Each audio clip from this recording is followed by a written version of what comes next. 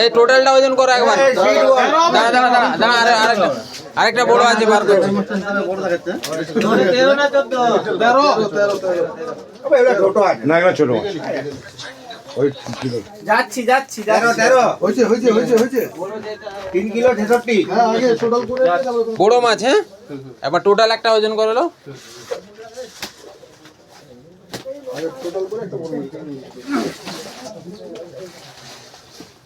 পাল্লা ধরবেন লাভ ধরে